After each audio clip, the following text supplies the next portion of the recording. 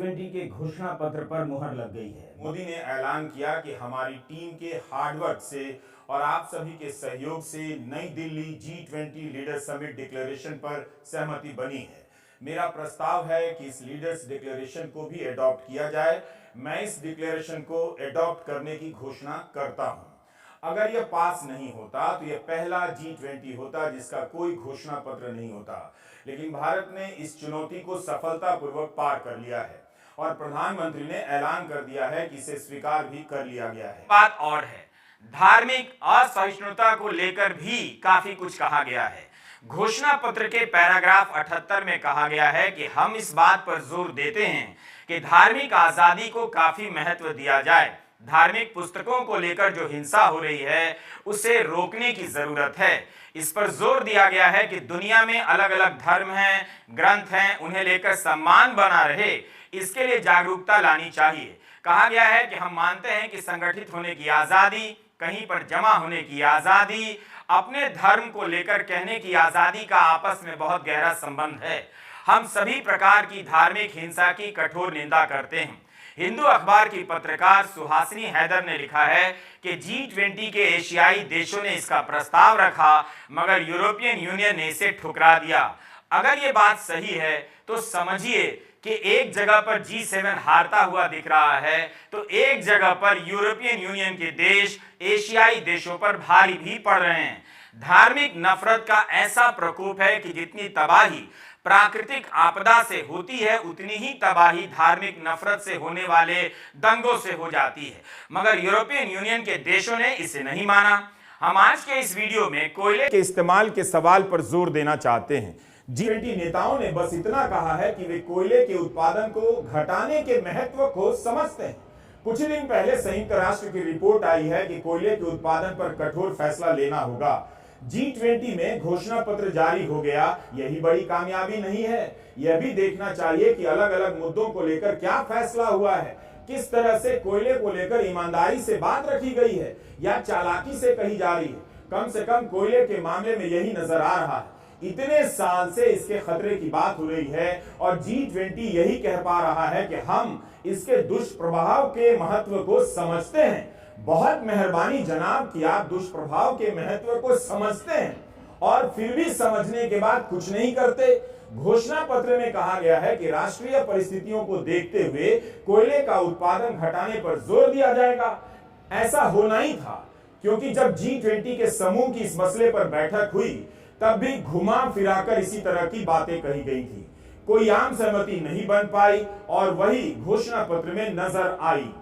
गोलमोल बातें कही गई हैं, कोई ठोस बात नहीं है। साफ सुथरी ऊर्जा की जरूरत है, लेकिन इस जरूरत को न जाने कितने दशक से रेखांकित किया जा चुका है। अगर इतने महत्वपूर्ण मुद्दे पर G20 फैसला नहीं ले सका, ठोस वादा नहीं कर सका, तो फिर इस घोषणा पत्र का आप क्या करेंगे? क्या यह समय सिर्फ जरूरत जताने की है? हजारों लोग वायु प्रदूषण से मर जा रहे हैं। कोयला इस प्रदूषण का बड़ा कारण है। ऊर्जा के क्षेत्र में G20 बड़ी बुरी तरह से नाकाम नजर आ रहा है। इसका ऐलान एनर्जी ट्रैकर जैसी वेबसाइट पहले ही कर चुकी है। यह कोयले का खदान है। हमें समझना होगा कि विकासशील देश क्यों कोयले पर निर्भर हैं। केवल अपनी ऊर्जा की जरूरतों को पूरा करने के लिए नहीं, बल्कि विकसित देशों की विकास की भूख को मिटाने के लिए भी। जिन गरीब और विकासशील देशों को ग्लोबल साउथ कहा जाता है, उनके ऊपर कोयला अब बोझ बनता जा रहा है। एक ऐसा चक्र है जिससे वे निकल नहीं पा रहे हैं। अमीर देश उन गरीब देशों पर कर्ज का बोझ लाद देते हैं और फिर दबाव डालते हैं कि कर्जा चुकाने के लिए कोयले का उत्पादन बढ़ाते रहिए। नतीजा यह होता है कि जलवायु संकट भी बढ़ता जा रहा है, जिसके कारण इन विकासशील देशों में भी भारी तबाही आ रही है। इसलिए ग्लोबल साउथ के गरीब और विकासशील देशों की मांग है कि अमीर देश अपने सारे कर्जों को रद्द कर दें ताकि वे कर्ज चुकाने के नाम पर कोयले के उत्पादन चक्र से मुक्ति पा सकें। क्या G20 के दिल्ली घोषणा पत्र में इस पर कोई समाधान हुआ है? यह आसान नहीं है, क्योंकि कोयले से अभी तक $52 ट्रिलियन का मुनाफा कमाने वाली फॉसिल लॉबी ऐसा होने ही नहीं देगी। घोषणा पत्र में कुछ भी होगा, इस लॉबी के कारण सरकारें कोयले के उत्पादन को नहीं रोक पाती हैं, बल्कि कई देशों के प्रमुख अपने दोस्तों को कोयले का खदान देने के लिए नियम तक बदल देते हैं। अभी 23 अगस्त 2023 की रिपोर्ट है गार्डियन की, जिसे अजित निरंजन ने लिखा है। G20 के देशों ने केवल एक साल यानी 2022 में $1.5 ट्रिलियन से अधिक की सब्सिडी कोयला, तेल और गैस के सेक्टर को दी थी। यह मांग जोर पकड़ रही है कि कोयला उत्पादन के लिए सब्सिडी का खेल बंद होना चाहिए। 2015 के पेरिस जलवायु सम्मेलन में वादा किया गया था कि कोयले के उत्पादन पर सब्सिडी घटाएंगे, मगर G20 देशों ने कोयले की सब्सिडी पर $1 ट्रिलियन से ज्यादा खर्च कर दिया। इसमें तेल और गैस भी शामिल हैं। इनकी ये सच्चाई है। भाषण में पर्यावरण को लेकर कुछ भी खराब नहीं कहा जाता है। सारी चिंताओं को सुंदर सुंदर शब्दों में रखा जाता है, लेकिन बैठक समाप्त होते ही फिर उन चिंताओं को नष्ट कर दिया जाता है और जैसा चल रहा होता है वैसा ही चलने लगता है।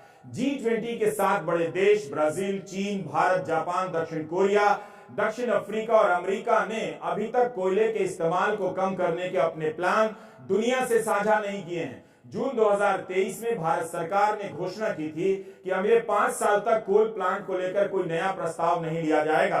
भारत में 75% बिजली उत्पादन कोयले से होता है, मगर जो अभी हो रहा है क्या उसे घटाने की जरूरत नहीं है। 2022 में विश्व में बिजली के उत्पादन का 1/3 से भी अधिक कोयले से किया गया। कई देश फिर से कोयले की तरफ मुड़ रहे हैं। G20 का घोषणा पत्र पर्यावरण संकट की जरूरतों की बात करता है, मगर क्या करना है साफ साफ तय नहीं कर पाया। 9 सितंबर को बैठक की अध्यक्षता करते हुए प्रधानमंत्री ने पर्यावरण से जुड़े कई मुद्दों को सामने रखा। उन्होंने बताया कि भारत ने लाइफस्टाइल फॉर एनवायरनमेंट मिशन की शुरुआत की है। इसी के तहत पूरा विश्व इस साल इंटरनेशनल ईयर ऑफ मिलेट्स मना रहा है। इसका संबंध जलवायु सुरक्षा से भी है। इसी भावना के साथ COP26 में भारत ने green grids initiative one sun one world one grid launch किया था। आज भारत दुनिया के उन देशों में है जहां बहुत बड़े पैमाने पर सोलर रिवॉल्यूशन चल रहा है। भारत के करोड़ों किसान अब नेचुरल फार्मिंग अपना रहे हैं। भारत में ग्रीन हाइड्रोजन के उत्पादन को बढ़ाने के लिए नेशनल ग्रीन हाइड्रोजन मिशन भी लॉन्च हुआ है। G20 की प्रेसिडेंसी के दौरान भारत ने ग्लोबल हाइड्रोजन इकोसिस्टम बनाने की दिशा में भी महत्वपूर्ण कदम उठाए हैं। प्रधानमंत्री ने कहा कि ऊर्जा से संसाधनों के इस्तेमाल में बदलाव की जरूरत है। बात सभी सही है। यह बदलाव बिना कई लाख करोड़ की आर्थिक लागत से नहीं हो सकता। इतने पैसे के प्रबंध में विकसित देशों की बड़ी भूमिका है। उनका इशारा कोयला उत्पादन और टेक्नोलॉजी पर निर्भरता की तरफ भी हो सकता है। 2009 के क्लाइमेट समिट में विकसित देशों ने वादा किया था कि 2020 तक $100 अरब की मदद देंगे, मगर पूरा नहीं किया। G20 के घोषणा पत्र में कोई ठोस बात नहीं। क्या इस तरह से जलवायु संकट का समाधान निकलेगा? दूसरे पर जवाबदेही लादने से, वो क्या करेगा इसका इंतजार करने से अपने अपने देश का संकट कम नहीं हो जाता है। इसी साल भारत में मार्च अप्रैल के महीने में लू का कहर देखा गया। इसके कारण गेहूं की फसल बर्बाद हो गई, जान माल का नुकसान हुआ, किसानों की लागत नष्ट हो गई, महंगाई की मार पड़ी वो अलग। यही नहीं उतर G20 में खेती किसानी पर अलग से कितनी ही चर्चा हुई, देवेंद्र शर्मा इसे लेकर सवाल उठा रहे हैं। जितने भी उसमें फॉर्मल जो डिनर्स हैं या फॉर्मल मील्स हैं या फॉर्मल और प्रोग्राम हैं, इसमें सिर्फ बिजनेस इंडस्ट्री और ब्यूरोक्रेट्स या पॉलिटिशियंस यही होते हैं। क्या कारण है कि दुनिया की जो पॉपुलेशन है इस समय 1 बिलियन है, जिसमें से तकरीबन ये माना जाता है कि 3 बिलियन पॉपुलेशन जो है, लोग जो हैं, वो उसका जो इतना बड़ा हिस्सा है वो खेती से जुड़ा हुआ है, जो कि किसानों से जुड़ा हुआ है। क्या कारण है कि उनका कोई भी रिप्रेजेंटेशन कहीं नहीं होता है? क्या हम बिल्कुल भूल चुके हैं किसानी को और खेती को? क्या कारण है कि हम देखते हैं जब भी कोई हेड ऑफ द स्टेट किसी फॉरेन में किसी भी कंट्री के विजिट पे जाता है तो अपने साथ एक बिजनेस का डेलीगेशन लेके जाता है। कभी हमने ये देखा ही नहीं, चाहे वो पिछले 10 साल हो 20 साल हो, हम देखते आ रहे हैं कि उस डेलीगेशन में कोई भी किसानों का प्रतिनिधि नहीं होता, कोई भी आम जनता का या लोगों का प्रतिनिधि नहीं होता। क्या सिर्फ दुनिया में बिजनेस और इंडस्ट्री ही है जिसके ऊपर ध्यान देने की जरूरत है? क्या हम ये मान चुके हैं कि खेती का कोई महत्व रहा ही नहीं, या किसान कहीं दायरे में है ही नहीं, हमारी सोच में या नज़र में आता ही नहीं है। और अगर ये ऐसा हो कि हम खेती को एक अपना इम्पोर्टेंस दें, जो उसका ड्यू है वो उसको दें, तो मेरा मानना है कि एक नई सोच डेवलप करने की जरूरत है दुनिया में। और ये G20 में भारत के पास एक बहुत बड़ा एक अपॉर्चुनिटी थी कि हम वाकई ही विश्व गुरु बनकर दुनिया को बताएं कि खेती का क्या महत्व है। Traditional farming, agro ecological farming, पर्यावरण के अनुकूल फार्मिंग, ये सब कर कर हम कैसे किसानों का एक स्तर बढ़ाएं, पृथ्वी के जितने भी अधिकतर प्रॉब्लम है क्लाइमेट चेंज के साथ जुड़े हुए, उसको एड्रेस कर पाएंगे। खेती में जब 3 बिलियन पॉपुलेशन अगर जुड़ी हुई है दुनिया की, उसको अगर हम महत्व दें, उनका स्तर ऊपर बढ़ाएं, तो आप देखेंगे कि हम इनइक्वालिटी को भी हम एड्रेस कर पाए। G20 के घोषणा पत्र का यह त्वरित पाठ है। कुछ कम में G20 की भूमिका कितनी बड़ी है, खास तौर से आने वाले वक्त में जो भी संकट इस दुनिया के सामने है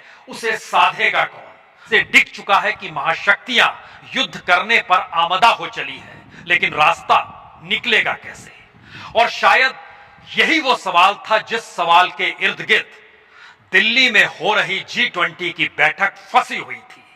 बीते 1 बरस से लगातार 200 जगहों पर बैठक दर बैठक होती चली गई, लेकिन कोई नतीजा सर्वसम्मति का निकलता नहीं था।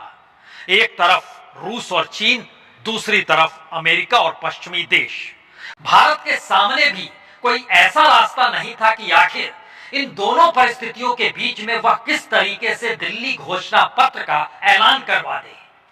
और शायद यही वो सवाल 1 बरस पहले जिस तरीके से यूक्रेन के पीछे नाटो देश खड़े हैं, अमेरिका खड़ा है, जिस तरीके से चीन इस दौर में रशिया के साथ खड़ा है, और स्थिति ये आ गई है कि वन बेल्ट वन रोड को लेकर बीजिंग में अगले ही महीने बैठक होनी है और उसमें पुतिन जाएंगे, इसका ऐलान वो कर चुके हैं। यानी दुनिया की नई विश्व व्यवस्था में अमेरिका कल कहां खड़ा होगा, रूस और चीन कहां पर होंगे, लेकिन उसके आगे का सवाल है भारत खुद को कहां खड़ा कर पाएगा। और शायद इसी नजरिए से G20 की बैठक और दिल्ली घोषणा पत्र भारत के लिए बहुत महत्वपूर्ण था। और कूटनीतिक तौर पर जिस तरीके से बरस भर के भीतर जो नहीं हो पाया, वो बीते 24-48 घंटों के भीतर जिस तेजी से हुआ, उसने 2-3 बातों को दुनिया के सामने साफ कर दिया। पहली बात तो यही कि युद्ध अपनी जगह पर है, लेकिन उस युद्ध के आश्रय समूची दुनिया के भीतर के विकास को और अर्थव्यवस्था को रोका नहीं जा सकता है। जो संकट समूची दुनिया के सामने है वह सिर्फ रूस और यूक्रेन इर्द गिर्द उसके घुमाया फिराया नहीं जा सकता है। और शायद इसीलिए जो 1 दर्जन पॉइंट के जरिए दिल्ली घोषणा पत्र का ऐलान हुआ, उसने बहुत साफ तौर पर 3 संकेत दे दिए। अंतर्राष्ट्रीय तौर पर इकोनॉमी को समझना, संभालना और उसको गरीब और विकासशील देशों के साथ जोड़ने की जरूरत है, इसको भारत ने खुले तौर पर अपने दिल्ली घोषणा पत्र के जरिए रखा। जो जलवायु परिवर्तन का हिस्सा है, उसमें पृथ्वी बचेगी कैसे, और पृथ्वी बचेगी तो ऐसे में हरित एनर्जी का कोई मतलब समझता है या नहीं समझता है। एक साथ सबका विकास होना चाहिए या नहीं होना चाहिए, इसकी जानकारी क्या पश्चिमी देशों को नहीं है। अंतर्राष्ट्रीय तौर पर जो मंत्र भारत के जरिए और दिल्ली घोषणा पत्र के जरिए निकल कर आया, अगर उसके एक एक पॉइंट को आज परखना शुरू करें तो 3 बातें जो हम कह रहे हैं उसमें इकोनॉमी है, सामूहिक विकास है और पृथ्वी को बचाने की परिस्थितियों में युद्ध के दायरे में खड़े देशों को यह संदेश देना है कि कोई एक कानून तो होना ही चाहिए, अन्यथा चीजें टिकेंगी नहीं। और शायद इसीलिए यूक्रेन शब्द से परजे नहीं की गई, यानी उस शब्द को छुपाया नहीं गया। यूक्रेन शब्द भी आया, टेररिज्म भी आया, और टेररिज्म के आश्रय कहीं ना कहीं युद्ध के संकेत देने की दिशा में रशिया को भी कोई ना कोई संदेश जरूर गया।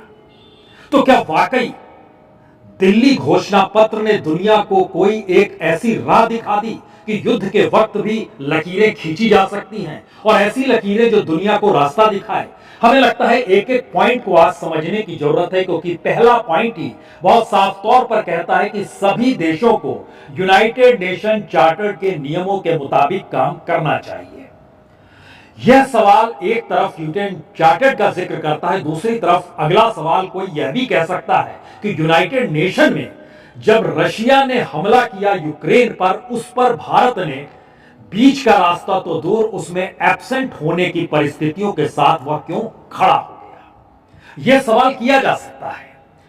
अगला सवाल यह होगा, क्या उसको याद रखा जाए या आगे बढ़ा जाए। और G20 आगे बढ़ने की दिशा में इसलिए था क्योंकि अमेरिका की निगाहों में IMF और वर्ल्ड बैंक और इस दौर में क्रिप्टो करेंसी को जो कई देश प्रतिबंध लगाना चाहते हैं, उसको सिस्टमेटिक तरीके से पटरी पर कैसे लाया जा सकता है, यह भी अमेरिका के जहन में था।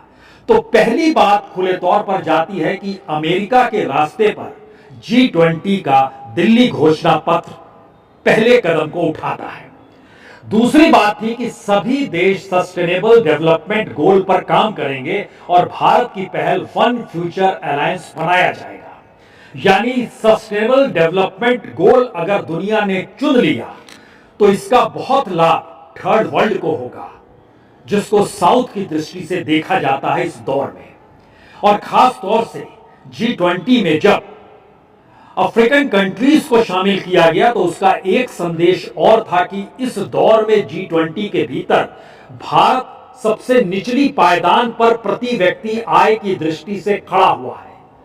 और उसके बाद अब अफ्रीकन कंट्रीज का समूह जब उसमें शामिल होगा तो उसके कई देश भारत के भी नीचे होंगे। यानी कहीं ना कहीं एक पूरा गोल G20 के जरिए नई दिशा में दुनिया को संदेश देते हुए खड़ा होता है।